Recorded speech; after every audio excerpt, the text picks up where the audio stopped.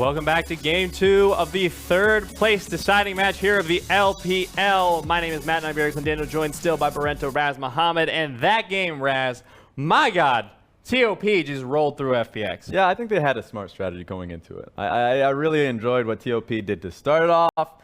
If you're going to give them the Silas, as we just looked toward the draft, then you have to have a counter strategy. And I think the Lissandra just being pigeonholed in the bottom lane was an issue. So I think if you're going to go with the Aurelia early on, then really use their mid lane flex. Like just say, okay, is that Aurelia mid? Is that going to be a top lane Aurelia?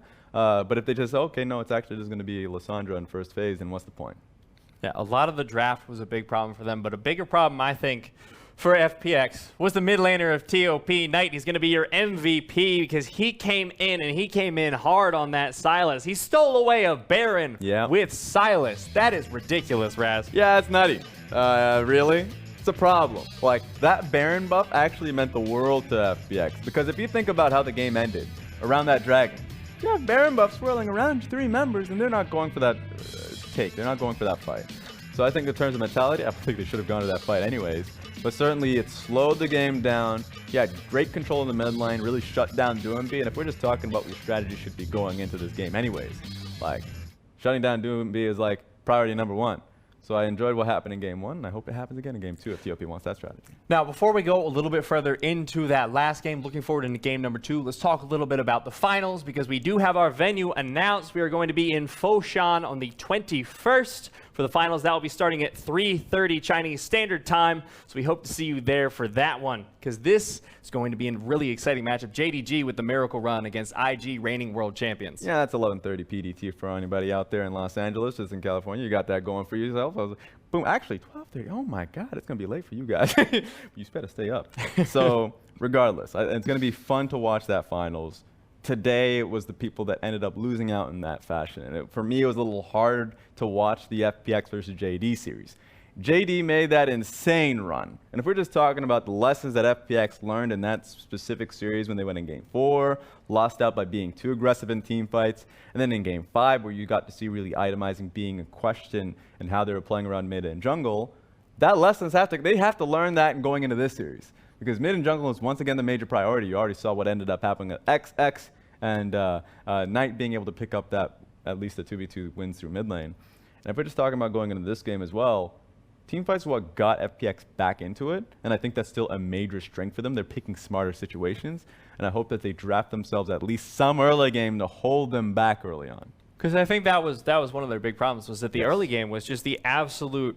It was just a banquet for TOP. They're like, okay, we'll take this, we'll take this dragon. Well, let's just sprinkle some Rift Herald on there. Let's finish this off nice. Let's get a dessert of the Rift Herald, get all the outer towers down, a delicious feast, and then TOP just ran through the rest of the game off that. And I'm gonna present you 2 opportunities. One, which is a good thing that TOP did to defend the top side. When that 3-man dive happened top lane, guess where XX was? He was on Grump because he wanted to pick up experience while defending Vladimir on a shoving wave. That was great, because then there's suddenly no way they fall behind in that situation. You're not trading sides, you're just winning.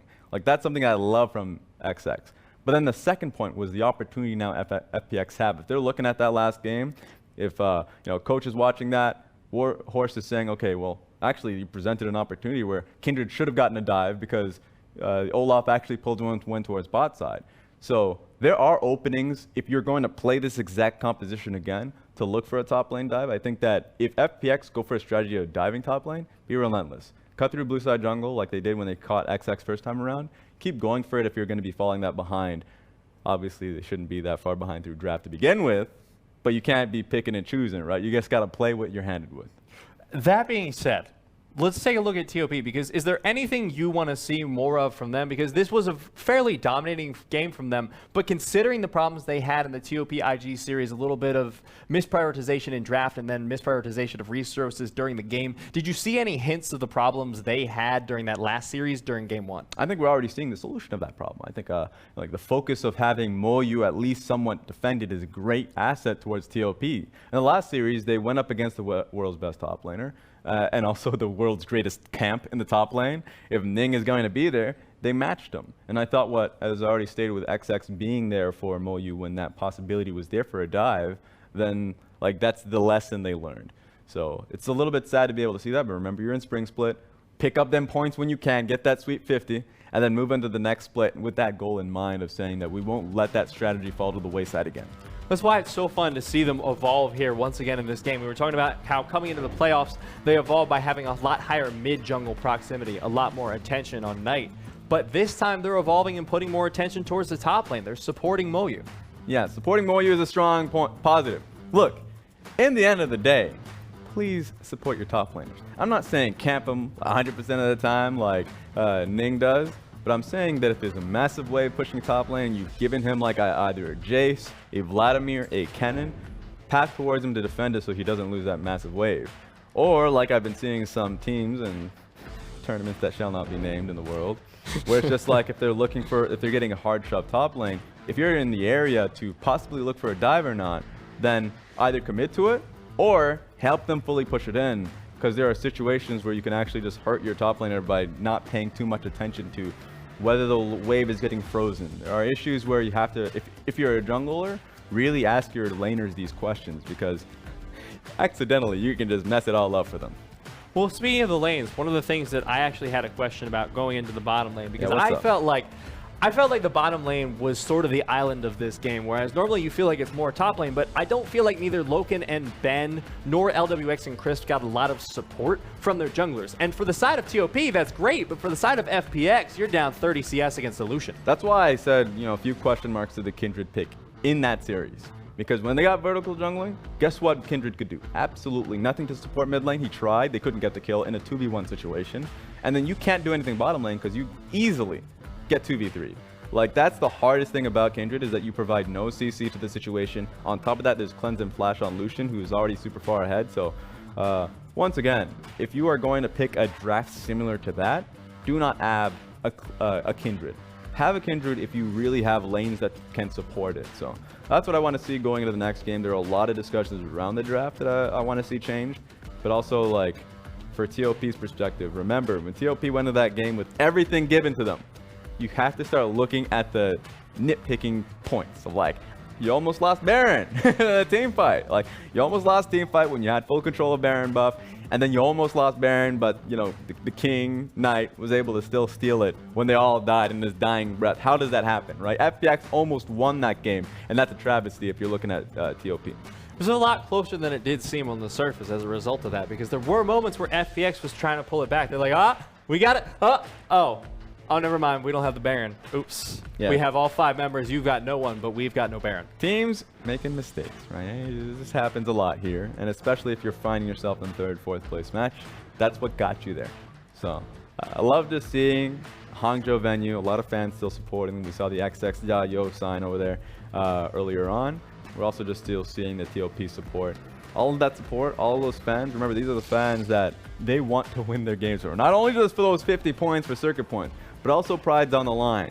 When IG and Rogue Warriors, the last spring split, were in this position, they still put in an extra bit of effort because they recognize that they fell short and they do not want to fall to 4th place with their fans watching and cheering for them. And we've seen the results of that effort so far in the series from TOP, but FPX need to prove a little bit to us in game number 2. Show us that you got the laser-like focus, figure out something you want to do with your draft, and just run it through that. Sylas again. A lot of fans hate this, but I already said what I like about allowing the enemy team to first pick Sylas. Just don't tunnel in on the Lissandra. Just make it so you at least have either the Renekton on first phase or the Irelia on first phase that can be going between both mid and top lane, so you have potential wherever it goes. I want to see what FPX ends up going for. Well, FPX have picked up the Rek'Sai and the Galio, but take a look at this, Raz. We got the Urgot once again with the Braum to support it. I mean, thankfully, there's no Lissandra on the field. They got banned alongside the Ryze and Morgana. So I love XX's going back to the Urgot. Last time he played, he was the best Urgot jungle I've seen in the world. He's soloed Elder Drake, man. Yeah, I mean, in terms of just he soloed out a few champions. I think he thought he had a lot of great pressure through mid lane, and there's just been a lot of failed Urgot jungles when I'm looking at the LEC in Korea, I mean LCK in general, or mostly LEC. But getting to see Urgot be played in the jungle here, knowing that he's going up against Rek'Sai, I enjoy that matchup. Pick up the Conquerors, go through your first topside camps, challenge on Scuttlecrab. There's not much the Rek'Sai can do without help. Now, does the Urgot have a lot of early gank pressure, though? Because Rek'Sai, you know, she's an early game monster. She'll get in there. Even at 6, she has assassination potential, but I don't feel like the Urgot has as good early game pressure. I mean, Rek'Sai is just a great early ganker. So if we're just talking about what Rek'Sai excels at, especially on red side, is finding a way through tunneling through that massive terrain in the top lane to find his way behind the top lane turret. So if we're talking comparisons, no, Urgot is not better than Rek'Sai at that. But I still think that Urgot has great gank points, especially if you're tag teaming it with Sylas. You can go with the abduct. E-Flash is still a combo that you can use. And remember, through that change, you have a shield on top of that as well. So there's a lot of opportunities Urgot. In fact, remember the last time we saw XX on Urgot, he found his way a lead through his top and mid lane ganks. This time, FPX as well seem to have learned at least a little bit of a lesson there in the bans. They've taken away the Lucian, secured themselves the Kai'Sa once again, which I felt LWX performed pretty well on. He just wasn't able to execute in the later stages of the game, but that's going to be an Akali as well for a FunPlus Phoenix. Likely a GimGoon Akali. We'll see. They're on red side. Doinb has played it a few times, especially in solo queues, so I have respect that he was willing to look for it. We'll have to see. I love what we're seeing from FPX, holding their solo laners on the second phase. One of the things that they're able to do with their flexibility and the picks that TOP can't do quite as easily. GimGoon and Doinb, of course, both had over 15 champions played during the regular season, so some of our deepest champion pools here in the LPL. But for TOP, they're just going to get Moyu that Kennen once again. His Kennen, when he's on weak side, I love it. That was the growth that I was mentioning when I saw Moyu this split, just last series too. On his Kennen, he was finding himself constantly in dive threat.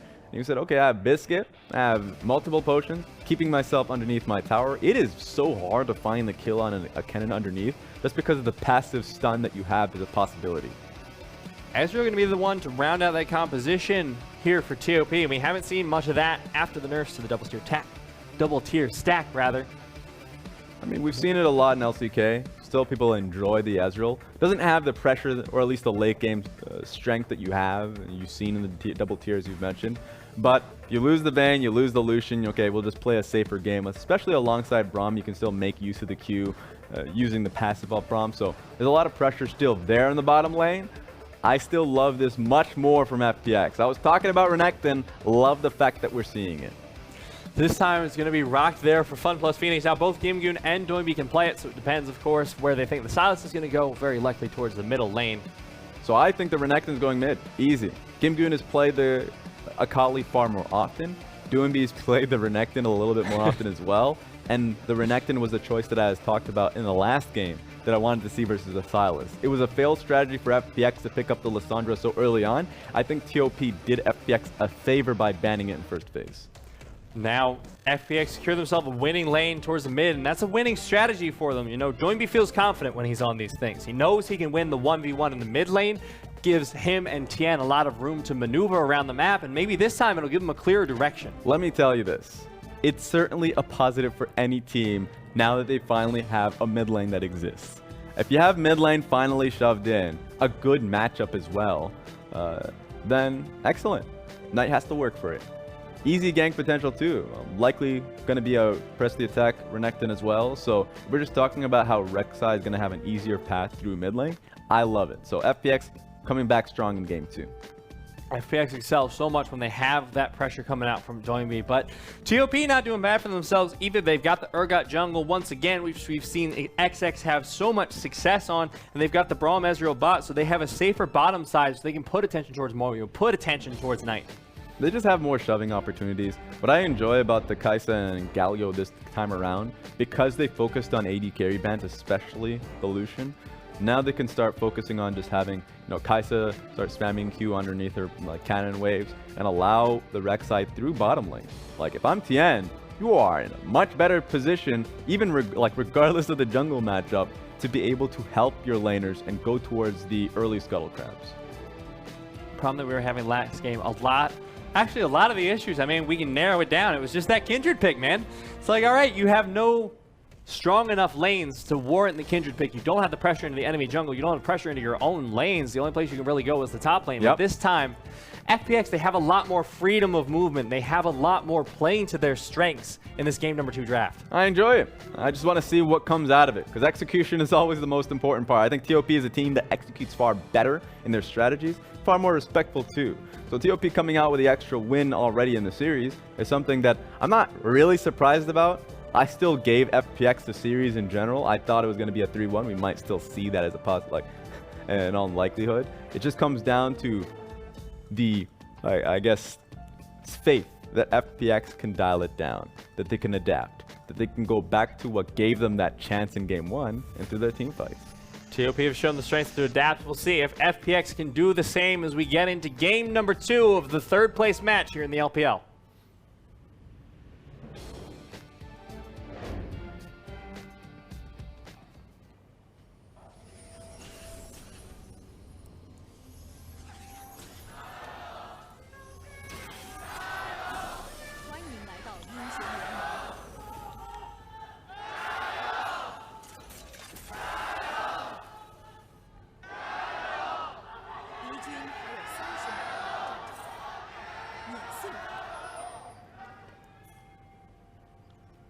I'm just going to start by saying I love that Renekton skin, the toy Renekton. It's got a lot of fun to it. Got a little bit of flair for Doinb there in the middle lane. Nothing too crazy here in the level 1. We don't see the early vertical jungle being forced as much. Almost going to be the stun going down onto Chris, but different start than level 1 at the very least. I'm going to point out the runes immediately. So Aftershock is not a surprise coming in from Knight. That's actually just the reason why we're seeing a Conquerors here from the Renekton. Going to be able to peel through that initial resistances that you would be able to get. So love that on Doinb is going to be. I remember as well getting to the 5 stack so you can actually get the 10% healing and true damage as well. Like, incredibly easy on a Renekton. So we'll have to see if you can defend this red buff steal. What's going on here? This is really weirdly aggressive here from TOP. Usually when you have these situations, teams start pathing their supports to come in and defend this. It's just that FPX didn't really have an idea that this was going to be happening.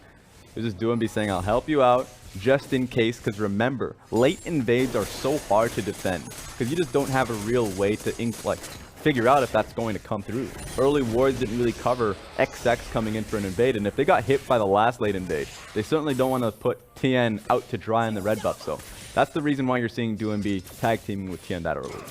All that seems to have done, though, for the side of TOP was give Knight a little bit of extra experience, but looks like Doinb hitting 2 about the same time, so not sure if it was worth it for TOP. Worth it for TOP to invade? Yeah. I think it's fine. Like, it's always good to be able to challenge the enemy jungle. They just didn't expect the Renekton being there to begin with, so you never know what you're going to get on that one. It was on FPX to adapt, and they did. FPX good adaptation there. Mid lane from Knight going pretty decently, in Doinb getting chunked down a little bit in this early lane, but he has the burst still even without the press the attack. A lot of short trades will come in from this Renekton, and with the pressure of TN as well, he has the chance for it. This will trick mid laners to actually just lose that respect for early ganks. Now XX sees TN, but the early ward the Knight has is up top side. Oh, he's going in. TN's just going real aggressive, forces the flash. That's first blood, but now Knight might be able to get the return kill here, but TN has so much damage with the fully stacked Conquerors. More importantly, TN has the sustain. He was able to hit his Conqueror's stack as well, so even if he gets challenged there by Knight, should be able to hold on enough time for Doinb to come through. So that's a great invade overall from TN. Now he should be able to get the extra experience and the gold from the Krugs as well. One of the richest camps in both of those. Now has pressure onto the bottom side as well. So FPX coming away from this early game looking happy so far at the 3.5 minute mark. Yeah, he's actually styling. You actually just don't get this deep and free of a Krug invade. Unless if, of course, the enemy jungler is out of the equation. That was the case.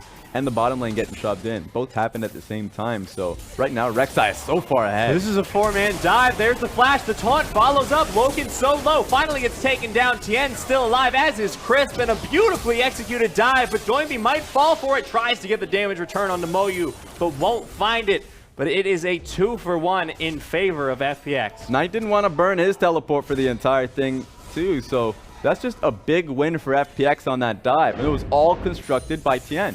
TiN got the early kill on towards the jungler. He had to be going top side if he wanted to be picking up experience, because he chose not to go bottom side, didn't think that the dive would happen. FPX followed through with the plan, execute well on it.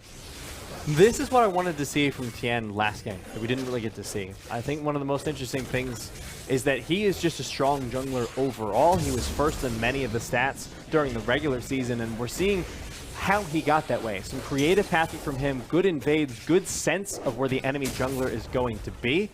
Picks him up, 2 kills, 1 assist, and a really masterful early game. I mean, if we're just talking jungles, not only was XX for us seen as the most improved jungler for 2018, then you look to the side of TiN, he was actually our most improved player as well. Just seeing how TiN was able to really rise up from when he was on Suning, really didn't find much of a footing there. Remember, Suning brought on both Knight and TiN because they were tag team and Young Miracles back in the LSPL. Knight succeeded, but TiN was not as strong as Hacker at that time.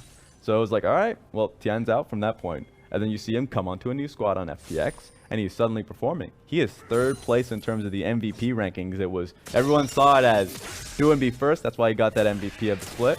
Second, it was Knight, and third, it was TiN. So a lot of respect from the analysts in the LPL, the Chinese end, to be able to say that TiN just worked so well. It wasn't just Doinb. Doinb wasn't just controlling the team. It was a lot of respect that TiN, on top of that, was just a smart player. This is so aggressive from FPX. They are just going hard for XX at this point, but they might finally get punished for it. Nope, never mind. They're going to be able to land the taunt. The combo comes in from Doinb. That's a kill, and there's no way TOP get to answer at this point. FPX are having one hell of an early game. They're just having fun with it at this point. Yeah, not much XX can do. Just doesn't have flash. Just getting bullied. It hurts, man. It hurts. You just want help. He called for it. His bottom lane came. He's like, hello, we're here for you. And now XX just needs some time. That's why the pause is coming through. That's the official reasoning. I just need to cope. TiN, making him fall. He can't get up. He's got life alert, but I don't know how much it's going to save him on this stage here. 3-0-1 so far for Rek'Sai. Just looking absolutely ridiculously strong at this point. And, you know, FPX, this is such a better start to the game than we saw last time. Yeah, certainly. Remember, if you empower your jungler, if you give them shoving lanes, they will do wonders with it. That's when you can really, well, there are 2 ways to go about it. One, you can judge them based off how aggressive they are when they have shoving waves, how smart they can play if they have a deep focus like last game. There's a big focus on playing through top lane. Or if you're like 2017 WE, it's like, how defensively can you play at all costs? Because you're just going to have every lane losing through just like shoving or just bad matchups because they just decided to all in for the late. That was Condi, by the way. And so, in this case, we saw, like, the Kindred not being able to do much because he couldn't. And now we're in game 2. It suddenly is super empowered. I love the early portions of the game where he just he realized he can just go in, get the kill on the Urgot, knew that the flash was down, and just decided to bully him with his adjacent lane. So, good job overall from TiN. And he has, there's 2 sides of this coin, one for each team. You know, for FPX, they have a 3-0-1 Rek'Sai at about the 6-minute mark. That is massively impactful if he's able to keep up the pressure. But the question is where he should focus that pressure, because you've got a mid lane matchup that's doing pretty well for itself because Doinb's been roaming with him the entire time. So maybe that you can just leave alone, but you look to bot, you look to top lane. Which one of these, if you're TiN, would you be prioritizing? I mean, it's not even that. It's not even that revealing of an answer, because it's like when you go into school and you got that cheat sheet basically, or like you had that one class, like everything is all the answers to this final exam is literally in the day before if you come in and just essentially talk to me. We saw that in the early portions of this game. The early dive that came through because Rek'Sai bullied through the red side jungle, had Renekton. Now in that case he teleported, but I'm saying that all he needs to do is like shove out Lave and come with him. We've seen that play so often with FPX in the last split, honestly, the entire split. And this game, it's the easiest way to go about it. So this is going to be relentless for LokeN and Ben. I'm sorry, but if you guys are down there, you better find a strategy. Find a tent so you can sit inside it while you get relentlessly camped under your tower. But for TOP, I mean, how do you recover this disastrous of an early game? Because the mid lane, Knight, I mean, he's okay, but XX has been pressured off camp after camp. Literally, that last kill started because TiN wanted to steal away a Raptor. I like the strategy that we had from at least getting their top laner involved in all of it. Moyu and his teleport to defend, or at least trade back with a kill. That's something you need to do a little bit more often. Now, he doesn't have his teleport for this system, or if it happens again this soon, but Knight has teleport. Basically, I'm just saying, you may not have the members there. I guess he just used his teleport as well earlier on. I forgot about that one. But if you can't physically be there to rotate and defend on time, then, of course, by default, your bottom lane has to play respectfully and play back. Your junglers, you can already see XX is in the area taking Krugs, but he's there for a reason, just for a possibility. They don't see where Tian is, so Tian could be setting up for another dive.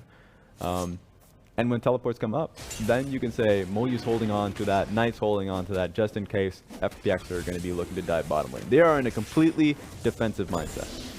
It looks like FPX instead going to spend all that pressure, just going to pick up that Mountain Drake for themselves. First one of the game, just 7 minutes in, and FPX are just so happy with this one. The only thing they could complain about is that the top lane's behind 8 CS, but honestly, if I were them, I wouldn't be too concerned about this. You got a BF stored on your 80 carry, got double Dorans on your mid lane. He's still putting the pressure out. Yeah, you talked about that top lane, but GimGoon's already putting out so much pressure. Holding out the wave early on too, but we'll have to see where... Oh, they're already doing it. Wait a minute. Hold on. They got a control ward here. Oh my god, Doinb and Tien. We've seen them do this throughout the whole season. But Akali's basing. Basing just in time to be able to possibly come back bottom lane with her teleport. She's going to be walking up top lane, but it was just a great position for her to be in. Fully shoved it in, so just in case nothing happens bottom lane, she can just walk back top lane and pick up that entire wave. She's just going to teleport into the top lane for herself, keep herself safe, and now XX might get dove here. There's the knock up onto Ben, the taunt to follow it up. Goodbye, Ben. Goodbye, LokeN. Good night, Moon, as FPX takes down the entirety of the bot lane of TOP with no issue. Where's the respect? There isn't any. Yeah, they just really wanted to hold on to that bottom lane tower and like keep up in waves.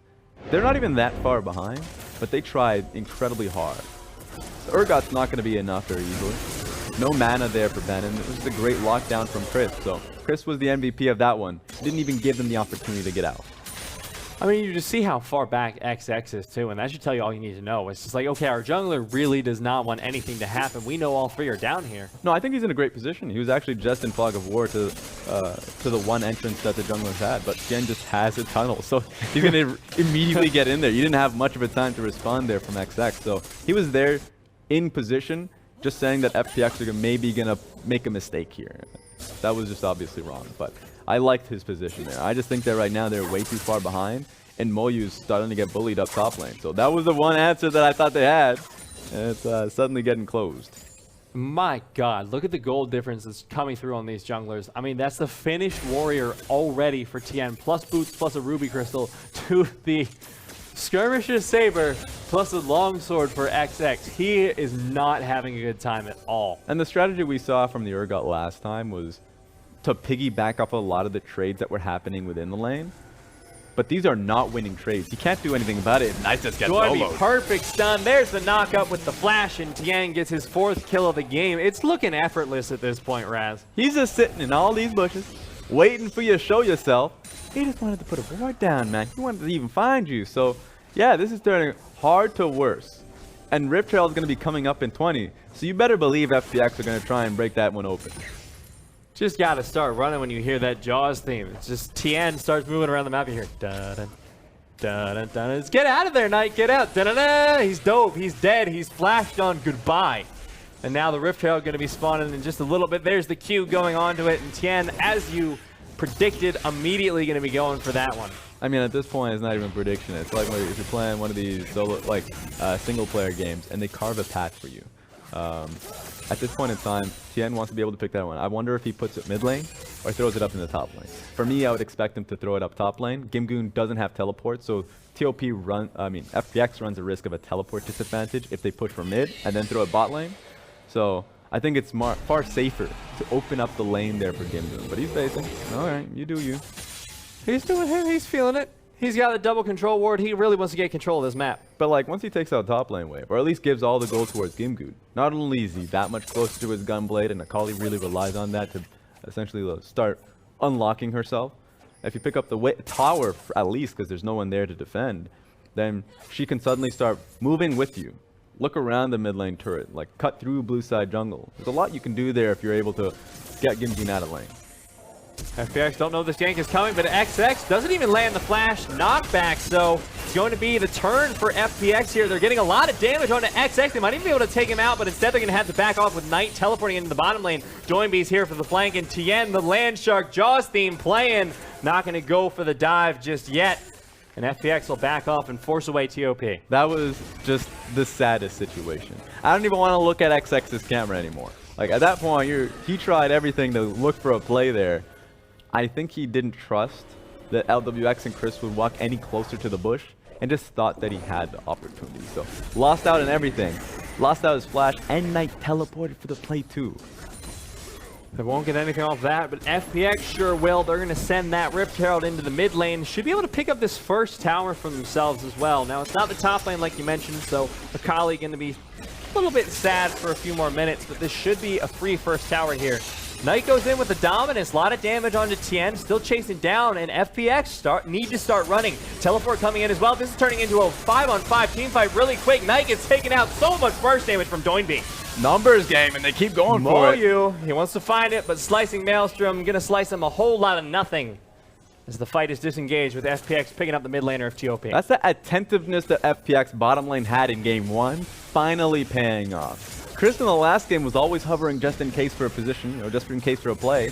Didn't work into, or at least didn't turn into anything in game 1. Finally in this game, Knight looked for a play and the Galio was already in position. So Crisp is the quiet MVP that's starting to say something. Yeah, but Tien's the really loud MVP with an air horn, who's just like, pew, pew, pew, Rek'Sai coming in. All right, let's just see how loud it. I still like this opening from Knight, because he recognized that, Rift Herald was down. He picks up the ultimate from Doinb to have at least some HP to be able to go all in. I would have liked to have the Rek'Sai ultimate, just because you're already going to be putting that much damage on Tien. He's going to be incredibly low. You can maybe look for an ultimate to get on top of him. I guess there's always the question mark of, if you get on top of him and use your ultimate, maybe he can go hide underneath that with his own ulti, but you would be hiding yourself and there's no one else that he can really dive onto at the same time. So overall, Rek'Sai ulti, please. He got it there now. 4-0-3 on the Rek'Sai, 3-1-3 on the Renekton, and 1-0-3 on the Kai'Sa. FPX are looking so good. Already got the Storm Razor, so they've got advantages in every lane except for the top lane. And when we saw this happen on the other side of things, TOP won that one pretty easy. It's a 0-8 across from jungle to bot side. That's how bad it is, and it's only going to get worse because FPX are deciding to group up. So, yeah, man, it's another game like game 1. If you were TOP in the same situation FPX were in, like FPX made the right call when they were super far behind on the last one by grouping up and looking for that one team fight, or at least that opening. Now for TOP, I actually just don't see that opening if it's not Moyu going in for an ultimate, like a flash ulti, and even then he needs stopwatch with Zhonya to secure that he doesn't die right off the get-go. You look at Doinb too. I mean, things are not going to get much better for TOP. Here we go. Because of that Renekton. Oh. He has flash too, so you really do have to get out of there. Like, that's how hard it is. Like, off the last one, even though they got killed, they also got Knight's flash, XX's flash. And so if Knight and XX ever contest rewards, Tien's just going in. They have timers for that. It's scary because I have the gut feeling that every single gank of Tien's has been a flash gank. But that's literally impossible. It's only 14 minutes in, not even 15, and he's got 7 kills participated in. Take a look at the mini-map. Here he comes. He's got the flash. Where's he going to go? Hero's entrance comes in, gets the knock-up onto Ben. Tien, you still got your flash, but won't find the knock-up. Taunt going to land from Chris onto Ben. There he goes again. And FPX get yet another pick into the bottom lane. There's the stun. Chris, not going to be the return kill here. Thankfully, Tien body blocking for him, so they're going to get the tower on top of that. This is great from FPX. They were starting to peel back, and I thought that was going to be the better call to look. Okay. Whoa! Okay, GimGoon. Okay. Oh, he needs to find a way out of this one. He's got the shroud for the time being. Knight's looking for it. He's got the ward onto Knight. This is literally just going to be if he's out. Oh my God. No, he's going to get spotted. Flash plant. Oh, wait a minute. The ultimate. He has the perfect execution. GimGoon still has the flash. He flashes over the wall. And Knight not going to go for it. That was beautiful from GimGoon. That ward that he placed across the terrain just to know where Knight was going paid off. Leaning towards the bot. Moment he was like, okay, he's following me. I can get the hell out of here. Just book it. That's one of those plays where you're like, Mom, get the camera. Oh no, this might be another one. Tien's coming in, gets the knockup on the LokeN. So much damage. Ultimate, goodbye, Ezreal. And Tien wants another one, second knockup, but this time it's a 1 versus 2. But he's level 11 against a level 7 and a level 9. He's still going to be just fine at the end of this fight. Yeah, and XX doesn't have his ultimate here. So even if he were to go that low, here we go. Doinb? I don't know about this one, bud. He goes for the dominance, going to keep him alive for the time. He gets healing from it. He's still fighting. He's going to make it out alive nonetheless. What is happening this game? This FPX. game is upsetting. That's what that is. He's going to be probably going towards Spirit Sojourn or something. At this point, oh, he 100%. They are so far ahead that I don't think they ever lose a fight. So let's just take a look at this one because this was hella beautiful. So right on top of him, just jump right in with E, and before he even lands, oh no, he landed, but he still got the execution though. That was sick. Watch out for the ward that he places it once he goes through his own shroud, places a ward just to see where Knight was going. So Knight was in a worse situation possible because he had no friends here. You're gonna, at worst case scenario, you're literally running rings around this place just so you can stop him from ever going out and escaping. So he was put in a bad spot. Just like me in middle school, he had absolutely no friends anywhere near him. So Knight not gonna get out of that one. Real happy. 0-2 currently is the mid laner for TOP, and FPX. This is just fun to watch. This is one of those games where it's like, this is just styling from the entire team. It's like excessive styling, not a lot of focus on the towers themselves. So you're in that one position where it's like, this game could go to 30 kills. Right now, Tien's so focused on getting these kills, and he's going to keep getting them, by the way.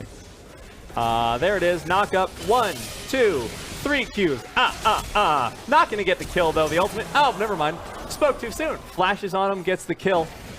And Tien, 7-0-4 now. He's just competing for best KDA. They can move towards the dragon because they got nothing else to do on the bottom side. So at this point, if you are FPX, dragon, base, baron, like that should just be it. TOP are put in such a bad position. At least LokeN has 2 items. Like at least he's got that going for himself. He's been farming well. The rest of his team is not able to get much for themselves. It's actually shocking he even has that many, but Klepto giving him a little bit of gold. The 3rd dragon at just 18 minutes for FPX, and it's double mountain too. Man, Raz, TOP just cannot catch a break. That Baron is going to go down so quickly to FPX. They're just playing so disrespectfully just because they have so much mobility. They've been keeping onto their flashes. The only one that doesn't have his flashes, of course. I guess GimGoon uses flash to get out of that entire thing. So top side don't have summoners, but they're just playing respectfully. Doinb, LWX, and Chris were just taking whatever they can, challenging TOP to flank them. I think right now, whenever they have shove, I want TOP to place down a ward. Just like you have triple teleport, you need to just group up to get anything. It will look dumb at first, but you need to do dumb to get something out of this one. Oh no. Okay, Moyu's been spotted at this point. The flash stun comes in from Doinb. My god. That is just brutal at this point. And yeah, I know it's a 10k gold lead already at 19 minutes, but you don't expect this level of brutality even then. Yeah, I mean, I kind of do. Usually you don't see this much because people are already FFing by this point. It's a pretty rough one, I think, for TOP. All they can do is hope for that like LA Clippers moment. If you're that far behind, to just essentially just try have that mentality to wave clear as much as possible and pray that FPX throws another game. You really only got that for you.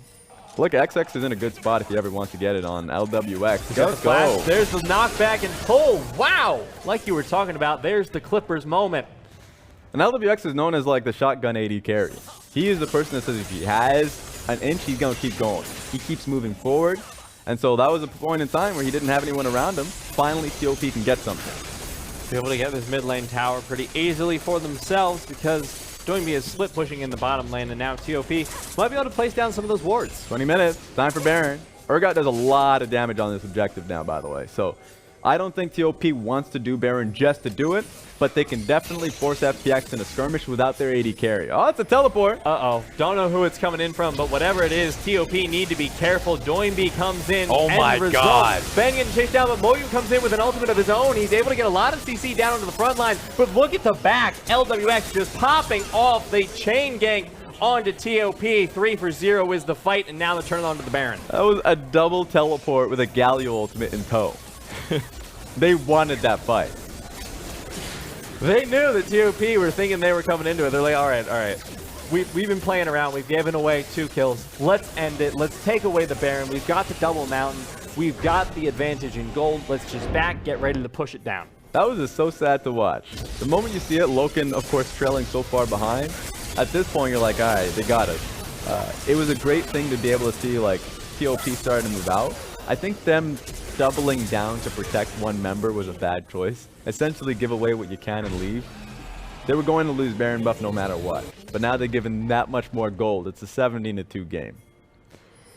So at this point, TOP not looking. Oh, come on, Doinb. Don't do it to him.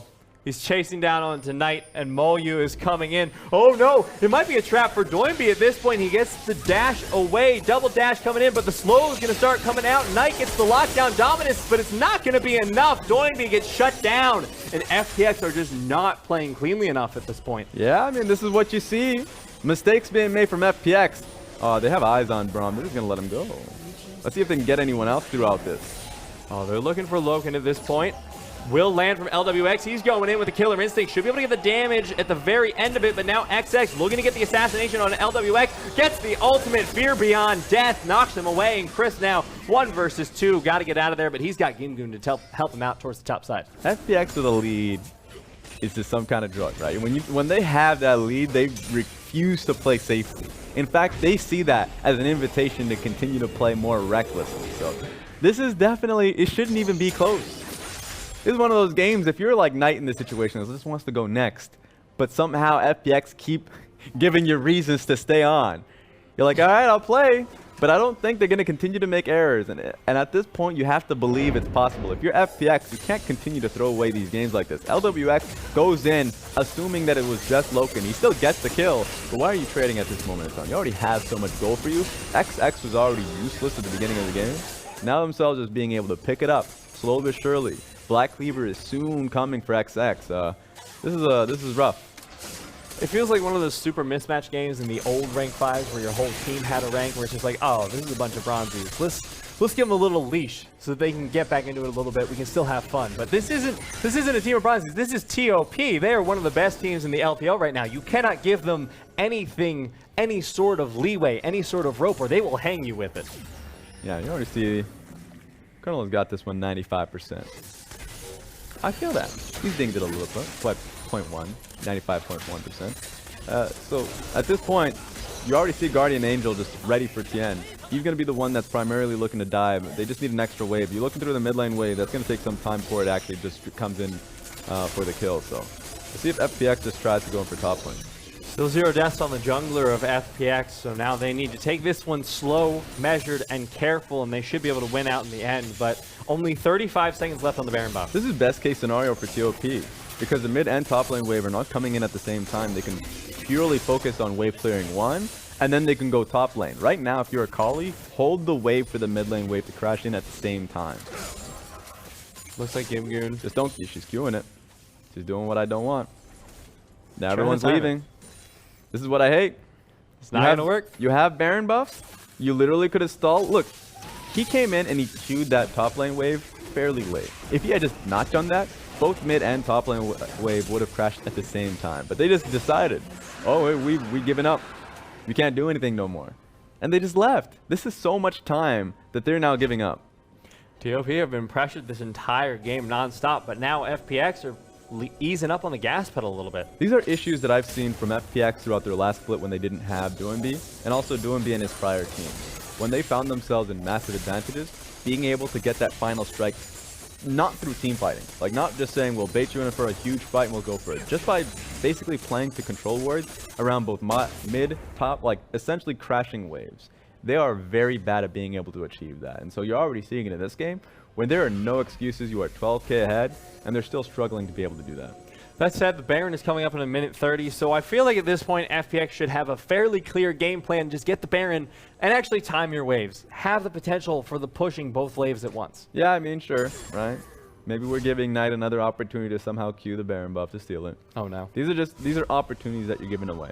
That's that 5%, or at least that 4.9% that the Colonel is given to FPX, so. I mean the TOP, TOP. I'd hope it's not favored 95.1% in favor of TOP at this point.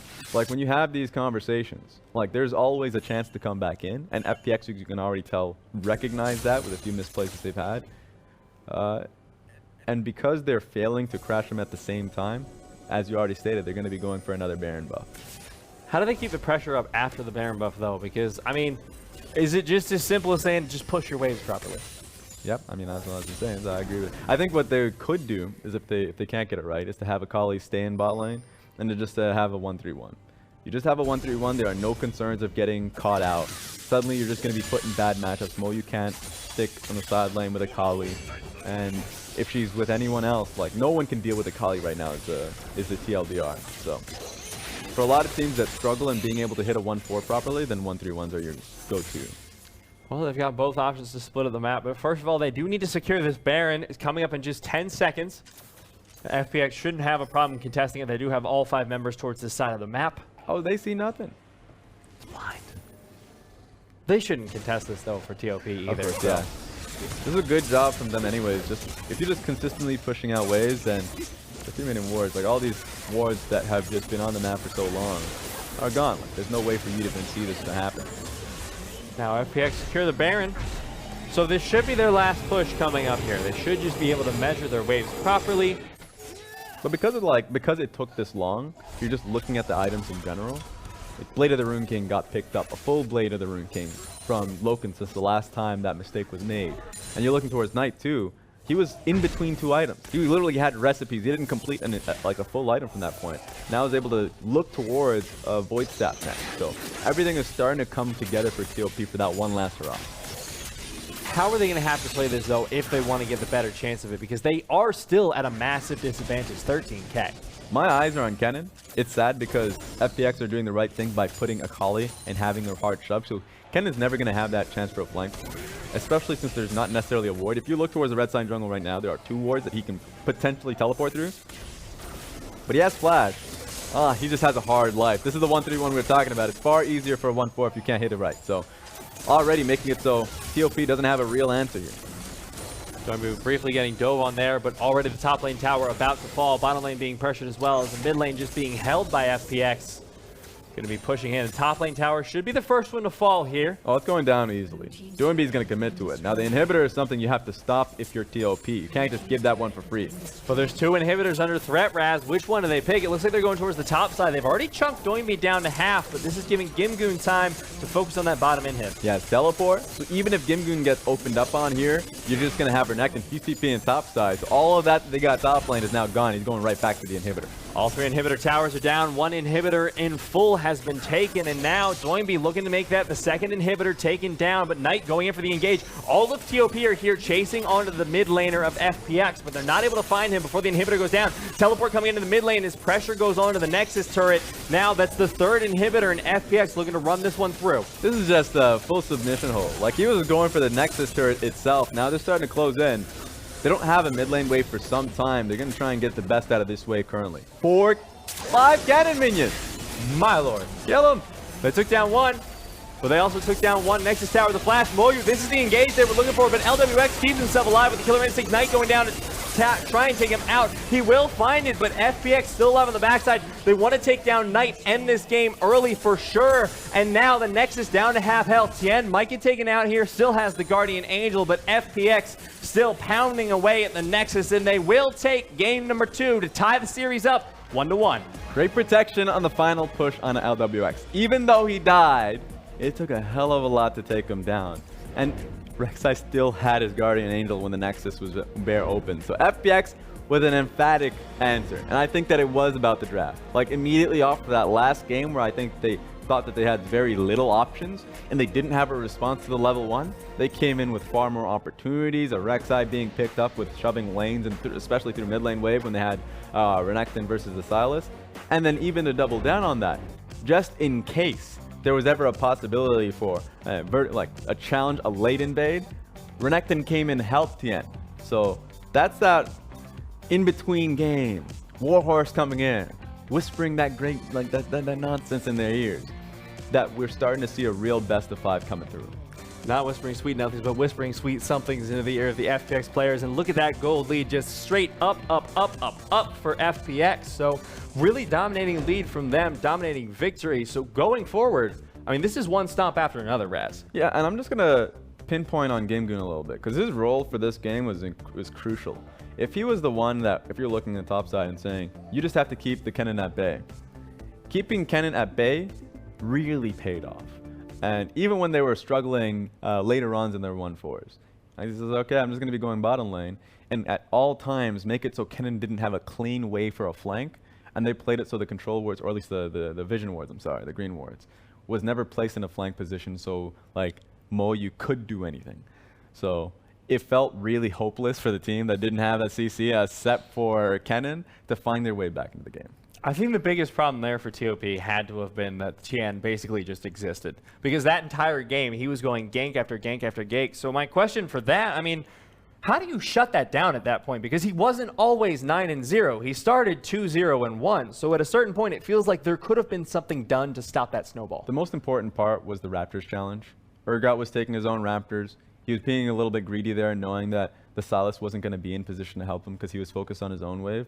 So you just got to be able to communicate at that point. Do you need Knight to rotate early to help you out, or do you just give it away? Most junglers will give it away. They won't put their mid laners in that kind of a position. So that spiraled a lot of things. Bottom lane suddenly was the constant danger zone. So to answer your question, it's more so communication between Knight and XX. It failed at one moment, and then Rek'Sai got snowballing. We see a lot of those stories, and this was another one. Well, and the communication from Doinb and Tian on the other side of things was just absolutely masterful. Because we look at that entire game, and it could have been characterized as Tian goes for a gank, Doinb's right there behind him every single time. That bot lane, poor LokeN and Ban. I feel like after that one, someone needs to give him like a little bit of ice cream in between the games. Be like, it's okay, buddy. It's okay. I know that one was rough. I think that would piss him off even more. I will say this, though. Overall, what I want to see coming out consistently from FPX, building compositions where it is so linear, right? So there is no miscommunication in what Renekton and Rek'Sai wants to do. There's only going forward. If they find themselves with that lead, that's what Doinb and Tian have been able to consistently do to get first place in the regular season. So these kind of champion 2v2 situations that they put themselves in this game in particular, is a big benefit to them. So that's what I'm looking for. For game number 3 then, because we've had one game where TOP just run it through, take it down to FPX. The second game, FPX do the same to TOP. What are you looking for in terms of adaptations from TOP? Because that one, I feel like they just mis-executed more than anything. Yeah, that's what it is. Sometimes games don't be decided by the draft, right? Like, that's legitimate. Like, going off of game 1, I looked at that and I was like, that's kind of disgusting. In game 2, it really felt like it came down to XX, sure, he's on the Urgot pick, but Urgot's incredibly, tumultuous. You have to be smart in how you play it out. Last time he played it, he was exceptional. In this game, he made that one error, and that just costed him so much. He didn't have flash for some time, and he kept paying for it. FPX had such a dominating lead for that entire game. We're going to be looking for better X execution in game number 3 from TOP. We'll see if they're able to do it. We'll be back in a few.